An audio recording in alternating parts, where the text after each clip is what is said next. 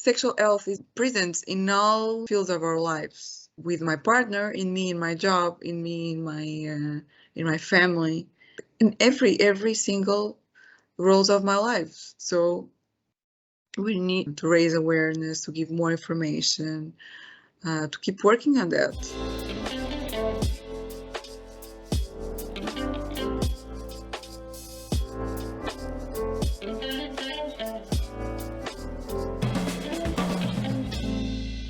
Hello and welcome to the Color Coded Podcast, a podcast hosted by me, Akil Mambuque, the head of education of the Nova Pride Association at Nova School of Business and Economics. And today I'm joined by a very special guest, Rita Torres, clinical psychologist, psychotherapist, and sexual therapist. Rita, would you like to introduce yourself really quickly? Thank you, Akil, for the invitation to be here. Thank you so much. It's very special for me to be here talking about sexual health and themes related with sexual orientation and gender in this context of campus. I think it's always so meaningful for me talking about these. I'm a clinical psychologist for 10 years, more or less now, and I've been working with the LGBTQA community for almost now 8 years, more or less. My first experience was with ILGA Portugal. I've been there coordinating the services. I'm still working with them as an external collaborator. So I'm still very connected to the association. It's like a little bit like my alma mater. I can say this a little bit. And lately, I just did the training in a college of sexology here in Portugal. So I've been working within this field, mainly with sexual dysfunctions or problems, not really dysfunction sometimes, but also a great part of my work is within the affirmative therapy regarding gender and sexual orientation issues. This is mainly my work. I developed this program, a project that is Saúde em Igualdade, that is like equality in health. That was a project that was developed by ILGA Portugal at the time, and the aim was to understand what was the context, health context here in Portugal for LGBT people. What kind of barriers, what kind of discrimination we found within the health services. I'm here to talk about sexual health and whatever you want me to talk, Akil. Let's talk sexual health. Yes. I'm very intrigued by your career path and like your life as a sexual therapist, because as a newly founded student club at Nova School of Business and Economics, we kind of always need to find a way to navigate talking about these issues that are very important, but also trying to preserve respectability, you know? So I would also like to know, how has your life been as a sexual therapist, and how do you manage to navigate academic spaces in order to be seen as a serious person, because it's a serious practice. And also, what is a sexual therapist? What do they do? And the stigma that comes with it. Mm-hmm. It's all very interesting questions, Akil. I think we've been going through a long way until now. I think that people are they heard a little bit more about sexology, about sexual health in the past years, in the past few years. It's very recent. Personally, what I found sometimes, I found some giggling, some people get a little bit ashamed talking about these when some of my my contacts, even in my personal life, know that I'm sexologist. They try to ask me a lot of questions. And sometimes there is this idea that sexologists, they are like crazy in bed. They are always have a major sex life. Like sometimes there are a little bit of like of awing, like to understand what are my job. People are a little bit curious. Sometimes where I found the discrimination is because I'm a woman. I know talking about sex is like is talking about power. It's not really always about just sex, you know. So when we talk about sex, sometimes there are some voices that you know, that disagree, or that's it's uncomfortable to hear a woman talking about sex and being sex positive and talking about a lot of themes that are still a taboo, because they are still a taboo. Even if we talk a lot about them now, sometimes we don't talk in a very good way, in the best way. So is where I found a little bit of discrimination or discomfort, or yes. So we have now a national sexual health day in Portugal that is in 4th of September. We are the first country having it. It's incredible to have it. So we are raising more awareness about these. We have now a declaration of pleasure that is a document that was thought in the Sexology World Congress in 2019. And this is a declaration that is very interesting, because it's about that all people have the right to have pleasure, sexual pleasure, and that pleasure is very connected with our health in general. Okay, it's not only the prevention of diseases, about you know, how to prevent pregnancies and this kind of thing. No, it's much more than that. It's about people having their own sexual pleasure, and the way they own it can be very empowering. It's very interesting that you mentioned just the idea of pleasure also being a part of sexual health, because a lot of people don't necessarily teach about that when they are talking about sex with their children, right? It's, as you said, don't get pregnant, no diseases, but what about what do they like and what brings them joy? And the idea of pleasure in and of itself, it seems like it's still very narrow, right? It's still very heteronormative, like, oh, you have to do it like this. Meanwhile, it could be something different, right? But how do you navigate having these conversations in academic spaces, knowing that there's stigma? How do you eliminate it? How do you deal with it? How do you keep yourself from stopping from talking about important things? You seem to not be afraid of, you know, being as open, and because these are important topics, and sometimes I feel like we have to choose, right?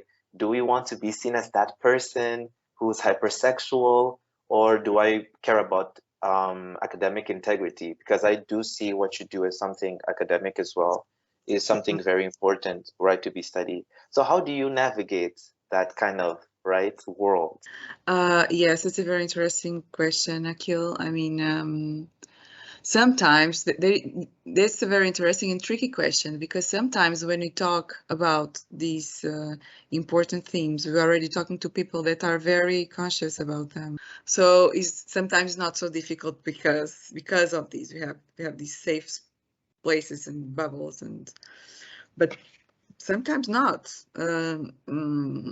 What we can do, I think, is to talk about these things from a point that is very serious. It's about human rights, you know. It's about people having the right to have a healthy sexual life, that they can live in their full potential. So that's what it is, I know. And when we talk about this from this point of view, we are being like an activist as well. I think that's scientific research. It's fundamental, okay, but I believe that we should also talk about these themes in a very emotional way, because it's not only about numbers. Okay, so I think mixing these two ways to approach these themes, it's, you know, can be very people can actually hear you. Sometimes people get they get some discomfort. That's okay. It's fine. If people get uncomfortable, we are doing something. And we need to know that everyone has their own stereotypes, their own stigmas. So we need to have this awareness of the point that we are now.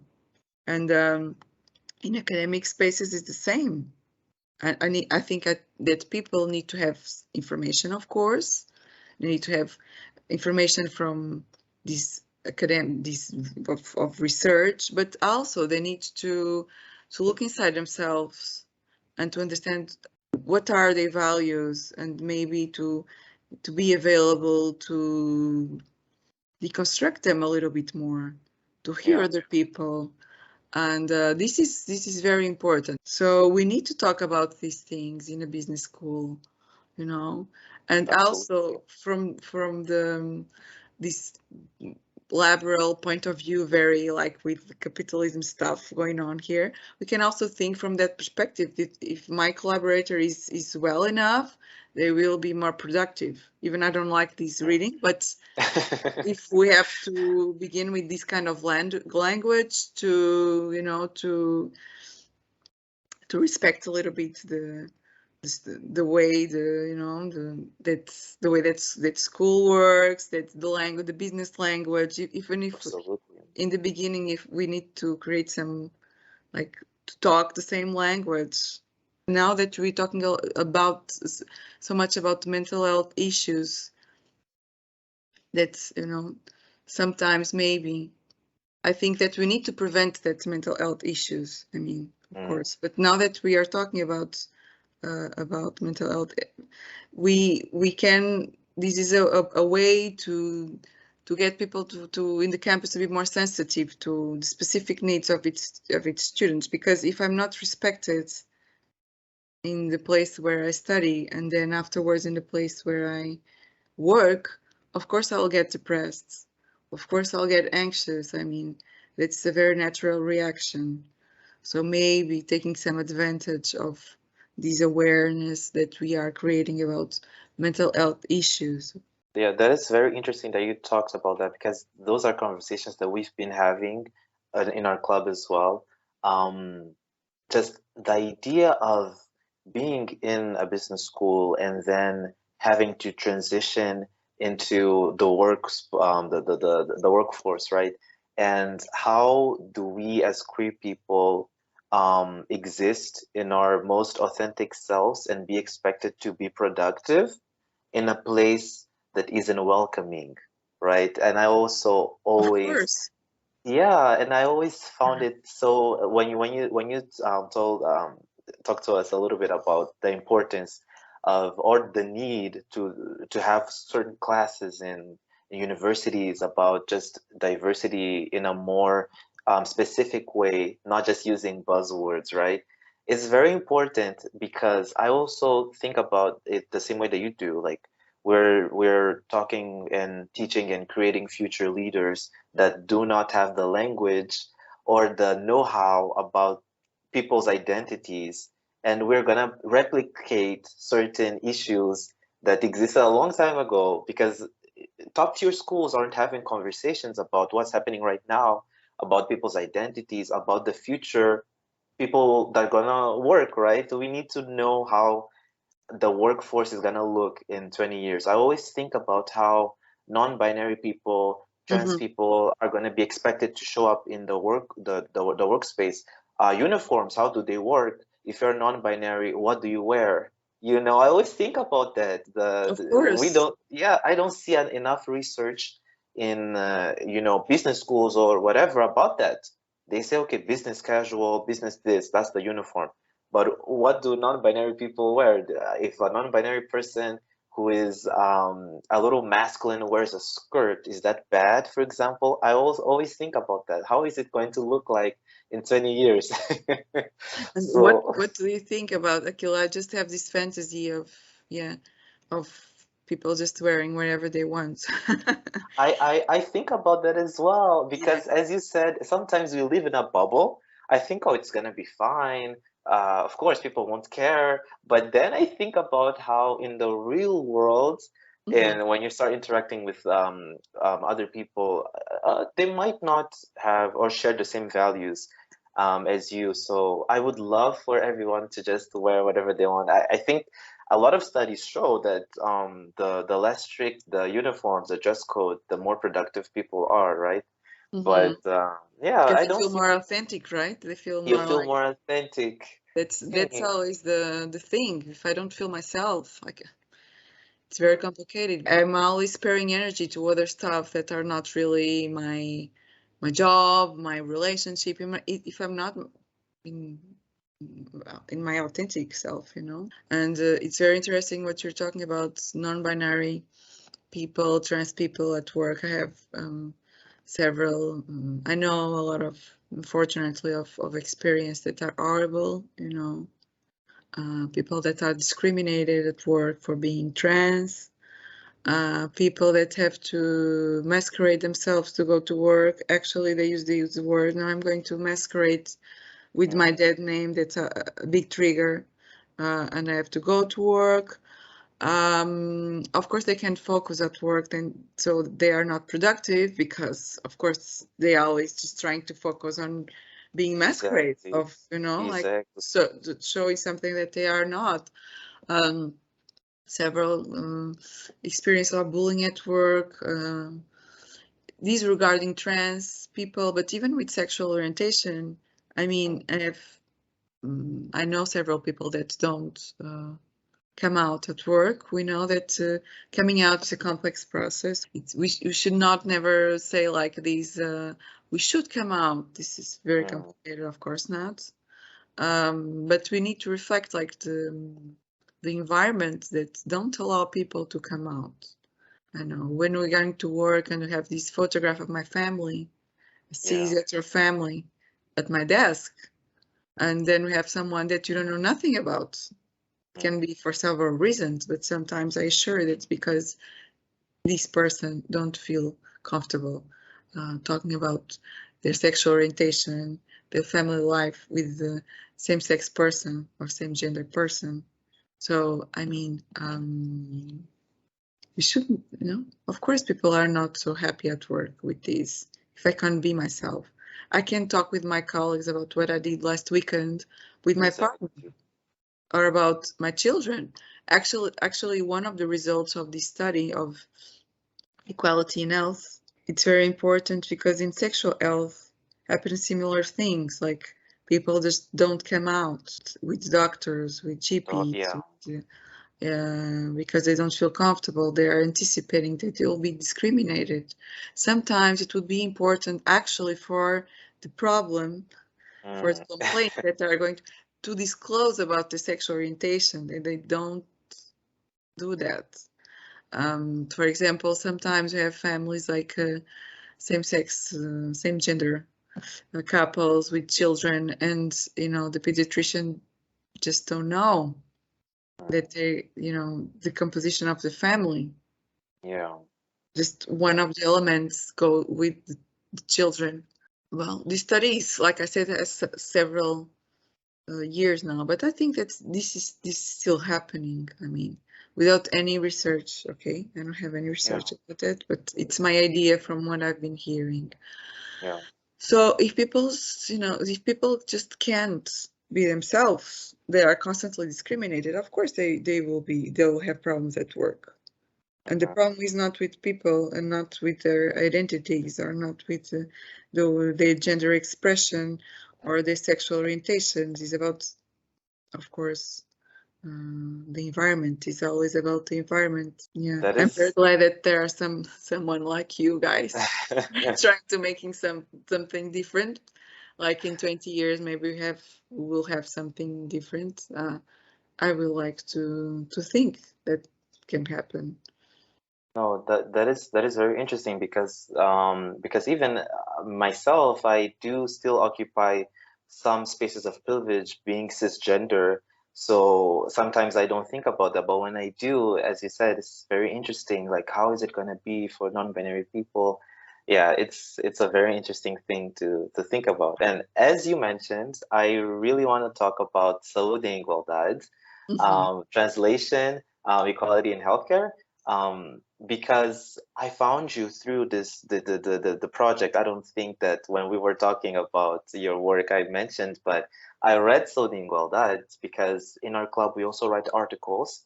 So we write sometimes for the library. We do all kinds of research.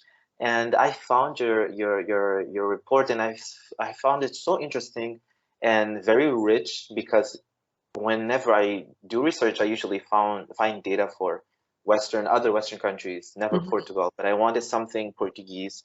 And it was interesting that it was an empirical data as well surrounding queer people's experiences on access to healthcare. So tell us a little bit about the process, how it came about, what was your role in it, your entire experience. That was a very pioneering work here in Portugal. That just came from the need to understand what was going on here in the health services.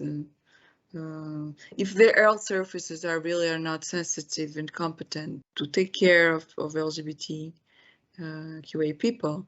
Nuno Pinto was the one that was leading the project. He was at the time a PhD student. Now he just had his PhD done in the trans field. So I was there, and I was working mostly. It was a four people team, so it was 4 elements, and I was mostly doing the interviews with doctors, medical doctors from several fields. I mean, psychiatrists, gynecologists, GPs. That was very rich. And what we found, that was like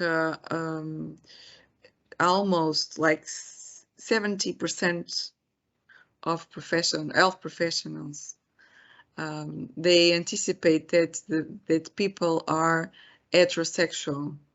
So sometimes this is a big obstacle for them to just to come out. And so, I mean, that was very important. Actually, there were some specific situations of discrimination that were related, like 17% of people that was LGB. They had like some specific events of discrimination, like for example, when the doctor was with the patient at consulting the patient, once they discover they are LGB, they just didn't want to touch the patient anymore, for example, you know. Or there were some barriers to blood donation that gladly now have a different law, because there were a lot of discrimination in the blood donation with mostly with gay men. Okay, so this was also people just also mentioned these in the questionnaires. In mental health, like 11% of people just told us that they were suggested to do conversion therapy. We can talk about conversion therapy. Yes, we can talk about conversion therapy when people just talk openly about conversion therapy. Okay. Yeah. Or we can talk about conversion therapy when people just don't really talk openly don't use the conversion therapy, but they are trying to change sexual orientation in some way. Yeah. Okay. So this is very serious. Actually, some country now there is a criminalization of conversion therapy. I think we should have the same here in Portugal, because this is like this is It's actually serious. what we just concluded, that the professionals, the health professionals, they need training. What is not, it's, of course they need training. So I think that's this training it's like optional, I don't think that this can be optional once you are a GP and you know that in a list of I don't know how many hundred of patients will have someone that is LGBT. So we need to have some information. If I don't feel comfortable because of my own prejudice, I need to work with some colleague that is not, so this is kind of ethics that we're talking about here. So yeah, this is kind of serious what we found. And actually sometimes disclosing the sexual orientation like I said before, it was important. We are assisting now to an health issue that we don't call sexual health issue because it's not contracted only. Yeah. There is monkeypox. It's very interesting that the way that it was very much with monkeypox and similar diseases like those, it was automatically attached to people with queer identities. Yes. Without necessarily expounding on just how it actually works. What do you think about situations like those? Is it also because of the systemic issues that you also found in your study, for example, in Sodingo, that like do those things correlate? Well, I think that's very important because from what I know, I don't have all the information about monkeypox. As we know, there was not a lot of vaccines to people, so we need to know what are the people that are more vulnerable to get monkeypox. Of course, we should not associate that to a sexual orientation, to gender identity. Here, it was more the sexual orientation. But we need to know that there are some risk factors. Exactly. Okay, for example, gay men maybe should have priority to have the vaccine if they fulfill that criteria. Do you understand? Not talking about that openly comes from a stigma place. Is horrible when we stigmatize people, with for example HIV. Gay men were ultra stigmatized, but when we talk about openly about things, it comes from stigma as well. Exactly. Do you understand? We know, for example, that like for other health issues, that some populations are more vulnerable than others. When you don't assume that, it comes from a place that I'm fearing that when I assume these people will be stigmatized. Maybe I won't offer the best treatment to these people because they will be stigmatized if I do that. Exactly. Do you understand what I mean? No, I completely agree. I asked that because it's such a tricky position, and that's why I think that like studies like yours are very important because of the nuance behind it, right? I also want to know, since you did the report since then, have you seen a few like progressions, something changed, and what do you see in the future for healthcare? Yes, for example, Health Portuguese Direction, DGS. Yeah. Now they have norms to give a competent and sensitive treatment to LGBT people. For example, that was a big step. But we really don't know how these norms are implemented. That's always the thing. We have the norms, we have the guidelines, but in practice, what's happening really?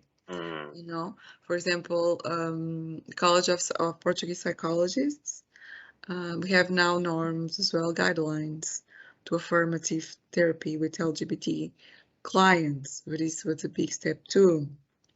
But the question is always about the practice, you know. We have, like, for example, this blood donation was a big step. Since the study, we had a major step in assisted reproduction with lesbian women. Since 2016, we have a law that allow to single woman and lesbian woman to have their fertility treatments. Okay, they don't need a man for that, which is a big step. So I think that there were some important steps, but we still need to go to understand what's happening in the field, because this, of course, this is a big step. It's very good that law already respect people, but in the practice, what's going on? For example, for a lesbian woman, depending on they need to have, like, they need to have an economical some economical power to access, because here in our public system, it's very difficult sometimes to have some kind of treatment. You know, so this is a form of discrimination as well. How can we? And what about gay men? There are no. They can have their own biological children yet. It is not contemplated. I mean, you know, it is not allowed to have access to a lot of procedures. So we still need to do a lot about it. But there is some evolution, of course, and so that gives us hope. No, yeah, that does. There's always, I feel like there's always that sense of hope, right? That someday everything is gonna be much better. But it's people like yourself, and I feel like this platform as well, like having these conversations is what kind of moves us forward. So I think that it's like important at least that you're talking about it in in your report and the work that you do. So I think that that's really important work that you do. And since you already know, this episode is about sexual health, and it's also a form of like celebrating Sexual Health Awareness Month. That was September. So in honor of that, let's give people like an ABC. What is sexual health? How would you define it? I know you've talked about it, but like if you were to give your pro academic definition, what would sexual health be? Sexual health is, like I said before, is embracing all the relations, you know, sexual, from intimacy, romantic or not, that are respectful, consensual, safe, well-informed, and gives pleasure to the people. This is a way to give people what they really deserve. It's a way to respect human rights. It's a way to promoting health in every way possible. So this is sexual health.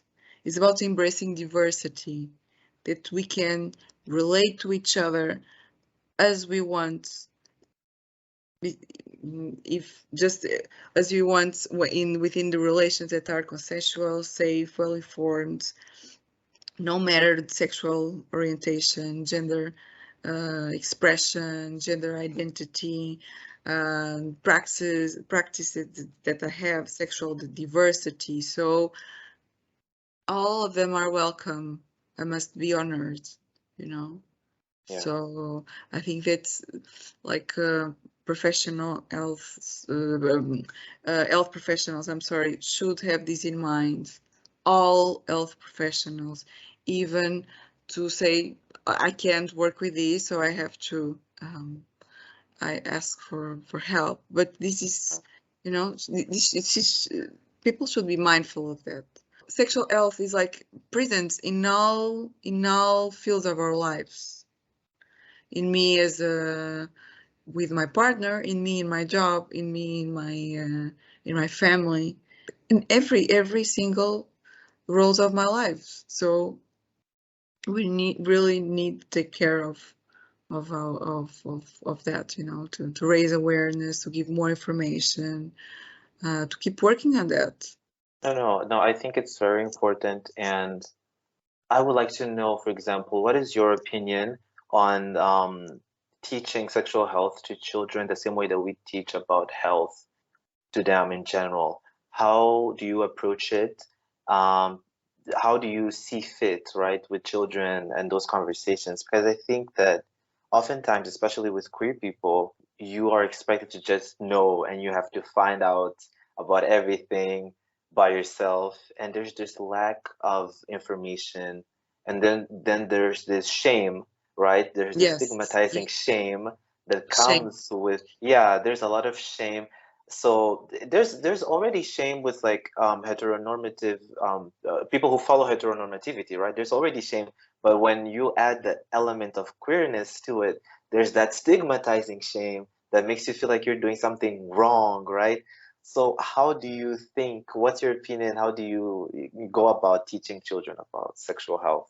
But I think, like you said, Akil, it's very important to embrace diversity from very young age. I mean, since the beginning, we can talk about pleasure since the beginning. I mean, the way that I can respond to needs of my child as a Mhm. baby, like like touching my child, you know, like Yes, respecting the needs, like giving them like what they need.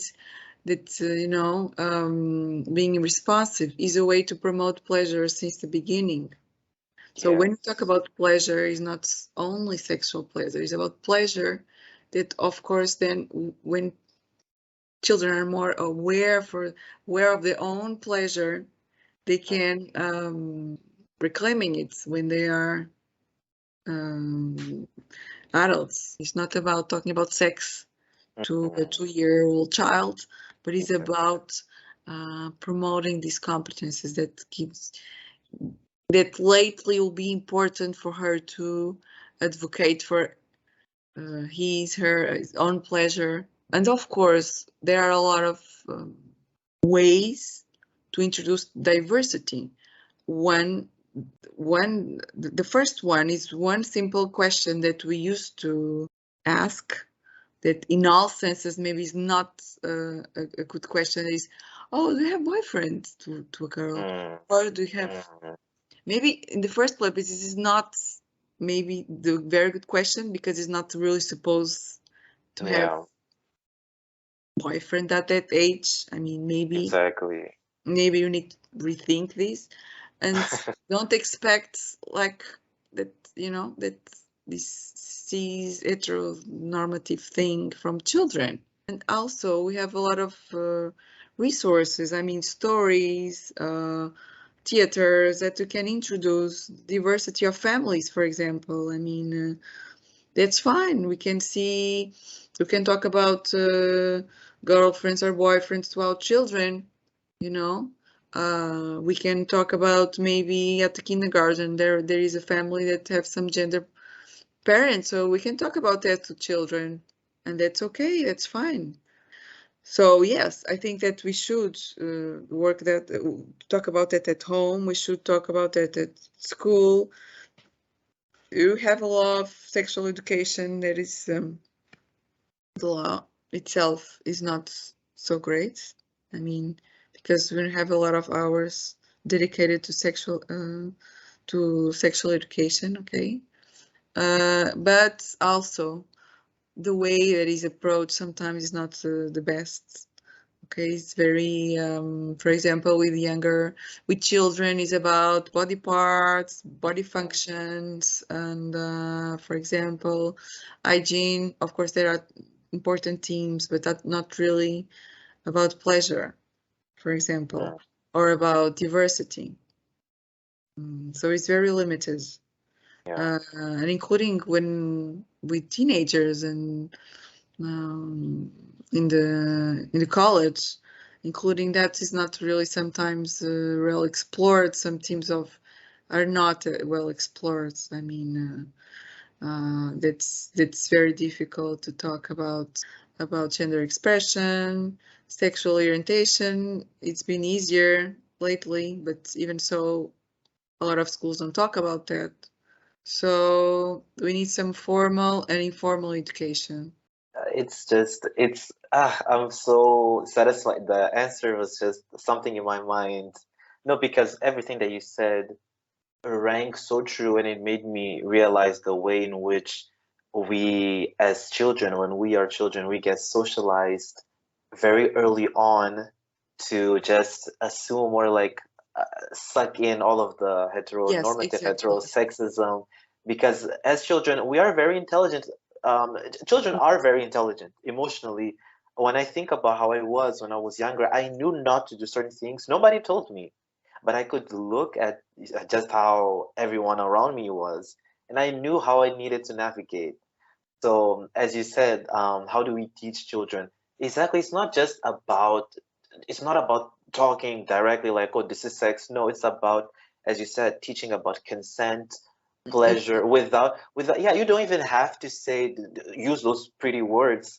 But for example, with my nieces and nephews that are much younger than me, I always make sure, especially the girls, because of, culture. I'm from Mozambique. It's very conservative sometimes. So I always remind them, like, you don't have to do anything you don't want to do. And for them, it's like a big realization. But I always make sure to teach them without actually, talking about it. And when you talked a little bit about how we as people also show up in our children's lives, that is also very interesting because when they look at me, they see that I don't really subscribe to heteronormative standards. So Mm-hmm. when they are with me, they feel comfortable. They feel more comfortable. They come up to me and they ask about certain things because they know that I will provide a safe space for them, You are right? yeah, you are a safe space. You allow them to be themselves. Yeah, exactly. That's So, yeah. yeah, so sometimes, whenever they even want to talk about their little crushes or whatever, they feel comfortable because, yeah, as you said, you need to create a space in which the children look at you and they feel comfortable. They know that, okay, they can We are talk very about. lucky to have you. I don't wanna I don't wanna boast. I don't wanna talk too highly of myself. But no, that it's true what you said. I never really had mentalized it up until now. How do we educate children about sexual health? It's about how we show up for them. And I think it's really important to teach parents or expecting parents that, okay, you want children, but you need to also be very aware of yourself. As you said, like Exactly. children, That's yeah, yeah. That's very important yeah, and very very difficult. important. It's very difficult. Okay, It's very, I'm saying this, but it's difficult. Okay, and but people just they need to do their own job. They yeah, work because children they get the sense of everything that is going on. If you don't walk the talk, I mean, they mm. will know that. No, no, it's true. It's interesting. I also never really. I'm very, yeah. Your answer was very beautiful in the sense that you put into words, right? Things that I never really actually thought about. That how do we teach children? Because I assume most of society, when they hear sexual health and children, they automatically assume that, okay, they have to talk about everything in a way that is very, and no, it's much more complex, right? The way that we move in society, everything kind of teaches our children. Yes, Yeah, yeah. And what is sexual is a lot of things. it's a lot of things. You know, Even when you talked about sexual is touch, not like sexual relation. Is the way I move, yeah, the way I look at things, the way I talking about sexual education, mhm, right? And why is so important sexual health? What I'm saying is that yes, we can teach children about what we're talking about here by showing them, you know, because like I said, sex is a lot of things, and sexual health is a lot of things. It's not only what we talk about, it's what we do, the way we are in our lives, the way that I respect myself in other areas of my life, the way I communicate with others and with myself. there are a lot of competences, a lot of skills that are transversal, like I said, that if we teach to our children, maybe they can transfer to their sex lives in the Exactly. future. You know, sex is not this private thing we do at home. Sex is much more than that, you know. Being sexual is much more than that. It's political too, when you think about it. Yeah. Yeah. We are sexual at work. We are. It's very. No, I'm I laughing, said but human it's resources don't like to hear that. But yeah. yes, we are sexual at work in a lot of ways. In a lot of Yeah. ways. It's interesting that you said that. Yeah, it's sexuality shows up in so many different ways of our lives. That is not just sex, but it shows up in so many different ways that we interact with one another. And I would like to know, because a lot of people are afraid of having conversations about sexuality and sexual health because they think that that will make people hypersexual, even though there's nothing wrong with being sexual. But do you believe that having more information actually makes us make healthier decisions about sex? When we have good information, we have a much more healthy sexual life. A sexual life that is healthier, it's a sexual life that respects me and respects others as well. Exactly. So it's the opposite. Mm. I think the problem is that we have some fear to talk about these issues yet because they can defy a lot of these cis patriarchal system that we live in. Yeah, So, especially when it comes to women, there's still in yeah, a lot of places there's still that fear of what happens when women are more informed about sex. Will they automatically become promiscuous or whatnot? That I feel like in patriarchal societies, cis men are very afraid of women feeling empowered or having agency, right, over their yeah, they sex are life. afraid, but they want at the same time. I'm not talking about with regarding any study, okay? But talking about what I see and my own experience. Yes, men they can get a little bit afraid, yes, but that at the same time they want women to be sexual, but sexual in a way that they don't get so afraid of. That's Mm, why we talk about orgasm gap, mm. for example. Used Woman, to be centered cis around men. woman, cis woman, they have less pleasure, less orgasms than heterosexual men, you know? That's for Mm, something. They yeah. still have sexual activity, woman, but they have less pleasure. No, that's very interesting. And yeah, there's a lot of this conversation could go so many ways. That's why I was very excited about having you. Because still, yeah, as you said, recently there's the sex positivity movement and women reclaiming their sexuality. But still, even though people talk about it, for example, in songs, a lot of new artists, female artists, are more open about that. But when you hear them talk about their sex lives, they're still very much centered around men. They're Yes. like, okay, I talk about this in my music, but in my private life, I'm a good wife. What so there's still that sense of men still being in the center. So it's interesting how Yeah. like Yeah. okay, we're more open about it, but it's not like women are benefiting as much as men Not are. yet. Not yet. Yeah, That's why we need sexual education. yeah. Sometimes when I go to schools and talking with teenagers of several years, I mean, I still see some gender stereotypes. If the girl, the classic one, if the girl have a lot of sexual partners, she's like a whore, and Mm, he's not, he's the opposite. I still hear about that.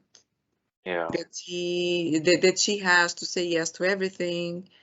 Mm, She has to be the sweet one in the relationship, because if not, he's going to get mad, and that can happen. mm. So yeah, there is still a lot that we need to do. Sometimes talking about the basics yet, Yeah. you know. Rita, this was a very important and powerful conversation that I had with you. It was very introspective as well. It made me look inside, and I hope all of the listeners also are able to reflect and come to terms with who they are and what they like, and like putting pleasure as a important aspect of their health as well. I think that a lot of us don't really think about that as part of No. health, sexual health. And yeah, it's really important having this conversation with you. I just am so inspired by this, by the work that you do as well. So Thank you. It was such an honor, okay, to talk with you. it was an honor having you. Rita, before we leave, how can people get in touch with you if they want to go through a session of yours? How do we Actually, reach? I've been neglecting putting myself out in the world. But I have a Facebook page. Okay, we can look for the Facebook page. That is Rita Torres. Mhm. My contacts are in the College of Portuguese Sexologists too. We have my contact and a lot of contacts of other colleagues that do a great work as well Yeah. in very different fields. So if people need, they can check the website and have the contacts they need. Mhm. Rita, thank you so much once again. Thank you. And once again, the listeners, if you want to get in touch with her, those are the contacts, and I'll put it on the description of the episode. Rita, Mhm. thank you so much. And hopefully, I'm gonna hear from you again. Of course, I'm looking for it. Why not? This was Color Coded Podcast, hosted by me, Akil Mambuque, with the guest Rita Torres. And subscribe to our Spotify and all of our streaming platforms. And yeah, I'll see you next episode.